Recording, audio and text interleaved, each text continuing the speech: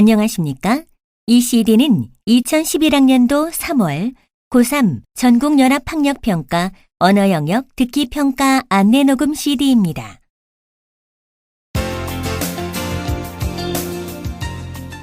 잠시 후 2011학년도 3월 고3 전국연합학력평가 1교시 언어영역 듣기평가 방송을 시작하겠습니다.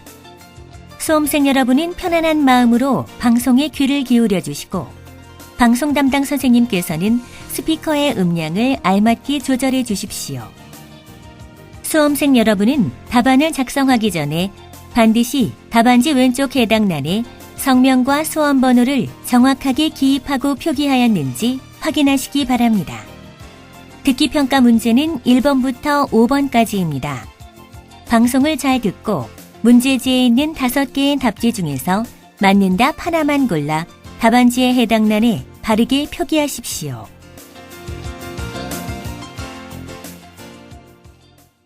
그러면 지금부터 1교시 언어영역 듣기평가를 시작하겠습니다. 1번부터 5번까지는 듣고 답하는 문제입니다. 방송을 잘 듣고 답을 하시기 바랍니다. 듣는 내용은 한 번만 방송됩니다. 1번. 이제 강연의 일부를 들려드립니다. 잘 듣고 물음에 답하십시오.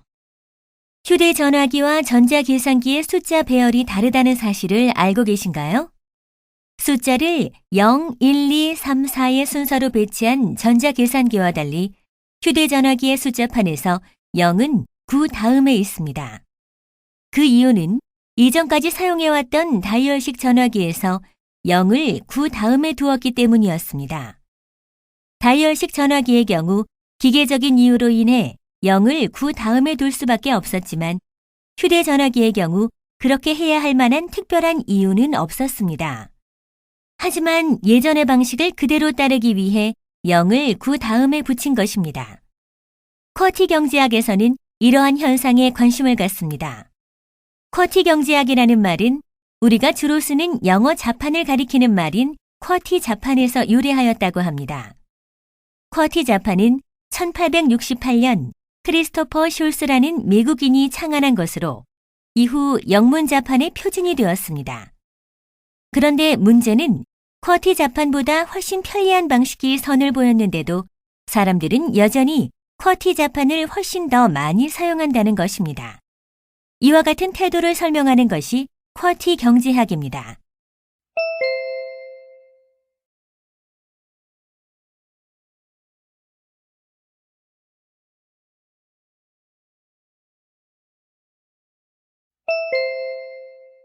(2번) 다음은 강의의 일부를 들려드립니다.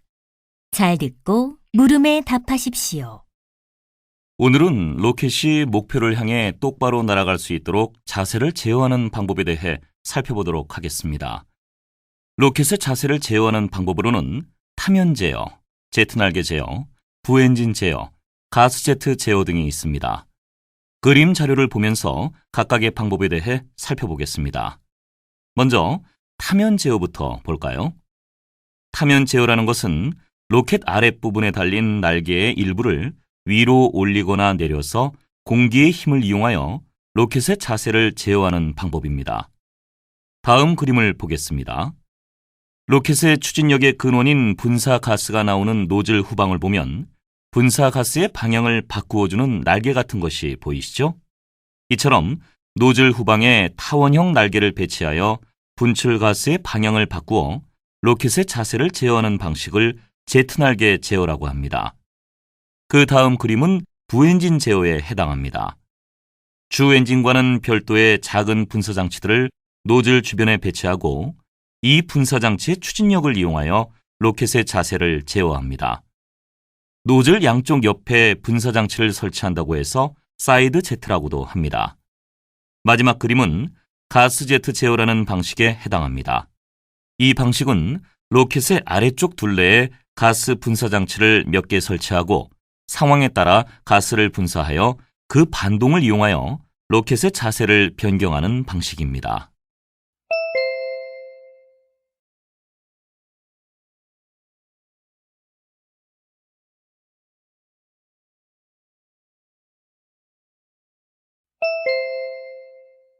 3번. 다음은 아버지와 딸의 대화를 들려드립니다. 잘 듣고 물음에 답하십시오. 아빠, 이번 연휴에는 남도 쪽으로 가족여행을 하면 어떨까요? 남도에 가고 싶은 특별한 이유라도 있니? 얼마 전에 소설가 박경리의 작품인 토지를 읽어봤는데 그 배경이 된 곳에 가보고 싶거든요. 그래? 그것도 괜찮을 것 같구나. 구운몽을 쓴 김만중이 유배되어 간 것도 그리 멀지 않으니까 간 김에 김만중이 거처했던 곳도 돌아보면 되겠네? 아, 그러고 보니 그 인근 지역에 철새들이 많이 찾아왔다는 뉴스를 텔레비전에서 보았어요. 그곳이 희귀주류가 많은 갈대밭이 있는 지역이라고도 하던데요. 그 갈대밭에 가서 철새들의 군무를 카메라에 담아오는 것도 좋을 것 같아요. 그래, 그곳에서 멋진 풍경 사진을 찍자. 그러면 차밭에도 들렀다가 와야겠네. 드넓게 펼쳐진 연초록색 차밭에서 사진을 찍으면 정말 근사할 거야. 아빠, 가볼 만한 박물관은 없나요? 지난번에 공룡박물관을 방문했을 때 정말 좋았었는데요. 우리나라에 서식했던 공룡에 대해 많은 것을 알 수 있었거든요. 그래? 아마 누에박물관이 그쪽에 있을 거야. 누에박물관에 들러서 명주실로 비단을 만드는 과정에 대해 알아보는 것도 괜찮을 거야. 그렇겠네요. 이번 여행 정말 기대가 되는 거려?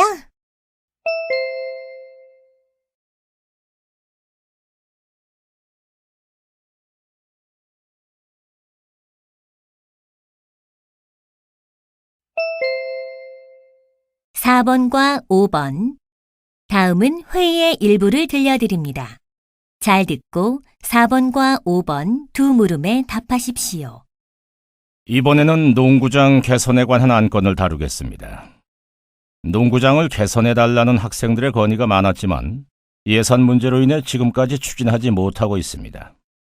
그런데 한 청바지 회사가 농구장에 광고물을 부착하는 것을 조건으로 농구장 시설을 개선해주겠다는 제안을 해왔습니다. 이 제안에 대해 위원님들의 의견을 말씀해 주시기 바랍니다. 다들 아시다시피 우리 학교 농구장 바닥은 군데군데 패이고 울타리도 망가져 운동하는 학생들이 다칠 위험이 높습니다. 우리 학교는 교실 환경을 개선하는 데에는 많은 예산을 써왔지만 학생 복지 시설을 개선하는 데에는 별로 신경을 쓰지 못했습니다. 이번 제안을 수용하면 학교 예산 부담도 덜고 농구장 시설도 개선할 수 있을 것입니다. 농구장에 특정 회사의 광고물을 부착하는 것은 바람직하지 않다고 생각합니다. 기업체에서 학교를 지원해주는 이유는 학생들을 잠재적 소비자로 보기 때문입니다. 교육적 측면을 고려할 때 기업의 상업적 광고가 학교까지 들어와서는 안 된다고 생각합니다. 위원님들의 의견이 엇갈리는군요. 청바지 회사의 지원을 받으면 예산 부담 없이 농구장 시설을 개선할 수 있으니 수용하자는 의견과 교육적 측면을 고려하여 수용할 수 없다는 의견이 있었습니다. 학생들의 요구를 무시할 수 없는 현실과 예산 문제를 고려하여 현실적인 대안을 제시해 주시기 바랍니다. 교육적 측면을 고려하지 않고 기업체의 지원을 받는 것에는 저도 반대합니다. 하지만 예전에 도서관을 개선할 때의 일을 생각해 봤으면 좋겠습니다. 그때 우리 학교는 대기업의 지원을 받아 학교 도서관을 현대식으로 개선하였고 학생들도 매우 좋아했습니다. 당시 학교는 그 기업의 로고 이외에는 어떤 광고물도 부착하지 않도록 요구했고 기업 측도 이를 수용했었죠. 이번에도 그 경우처럼 최소한의 광고만 부착한다는 조건으로 제안을 수용하면 어떨까요? 그때 기업이 도서관에 부착했던 로고도 문제가 있습니다. 지금껏 은연중에 학생들에게 기업을 홍보하고 있는 것이 아닙니까? 저는 우리 학교의 교실 환경이 이제 어느 정도 개선되었다고 판단합니다.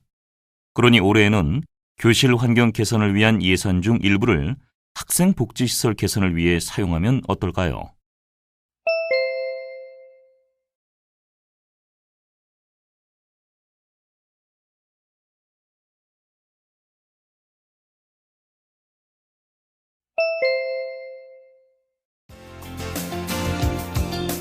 이제 듣기 문제는 모두 끝났습니다.